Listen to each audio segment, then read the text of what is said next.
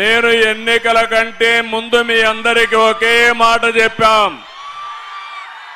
రాష్ట్రం నష్టపోయింది. ఎక్కడ చూసినా విధ్వంసం జరిగింది. మళ్ళీ పునర్నిర్మాణం చేయాలంటే, పూర్వ వైభవం రావాలంటే మీ అందరి సహకారం కావాలని ఆ రోజున మిమ్మల్ని కోరాను.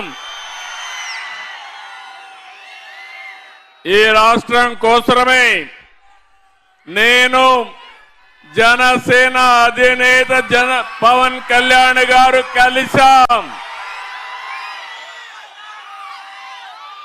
ఆ తర్వాత ఎన్డీఏ మన ప్రధానమంత్రి నరేంద్ర మోడీ గారు పూర్తిగా సహకరించి కూటమి కట్టాం.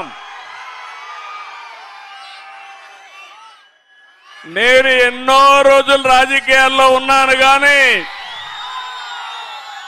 మొన్న ఎన్నికల్లో మీరు ఓట్లేసిన విధానం, ఎవరిని అభ్యర్థిని పెట్టినా 94% గెలిచాం. అఖండ విజయాన్ని కట్టబెట్టిన మిమ్మల్ని అందరినీ అభినందిస్తున్నా. అరకు మొదలుకొని ప్రకాశం వరకు ఒక్క సీటు కూడా వాళ్ళకి రాలేదు. ఏజెన్సీలో 2 వచ్చాయి.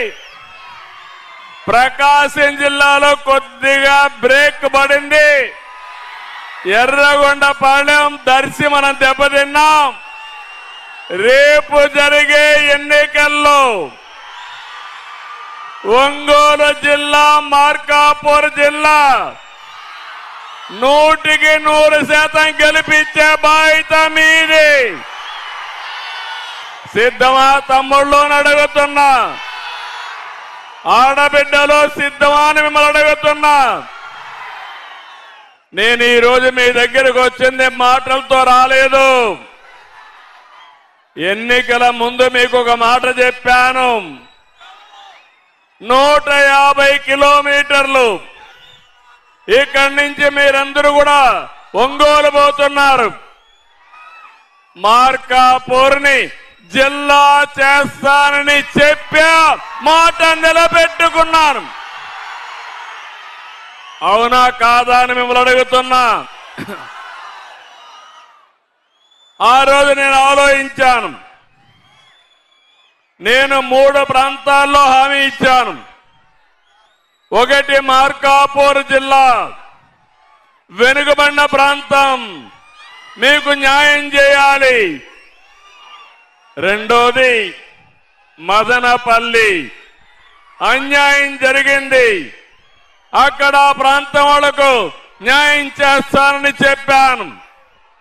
మూడోది పోలవరం. పోలవరం ప్రాజెక్టు వల్ల రాష్ట్రానికి పూర్వ వైభవం వస్తుంది.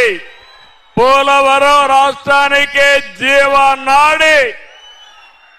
అక్కడ నష్టపోయిన వారి కోసం పోలవరం జిల్లా ఇస్తానని చెప్పాను.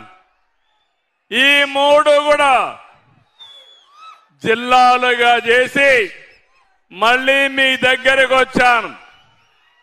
మీరందరూ ఆనందంగా ఉన్నారా అని మిమ్మల్ని అడుగుతున్నా. గట్టిగా చప్పట్లు కూడా చెప్పండి, మేమందరం ఆనందంగా ఉన్నామని. ఏం తమ్ముళ్ళు, మీరు వెనకాన ఉండేవాళ్ళు, బయట ఉండేవాళ్ళు, ఇండ్ల దగ్గర ఉండేవాళ్ళు, 2వ వరం 3 వరాలతో వచ్చాను నేను మీకు. 2వ వరం 30 సంవత్సరాల కంటే ముందు 96 మార్చి 5వ తారీఖున నేను ఈ ప్రాంతానికి టూర్ వచ్చాను. మీ కష్టాలు చూశాను.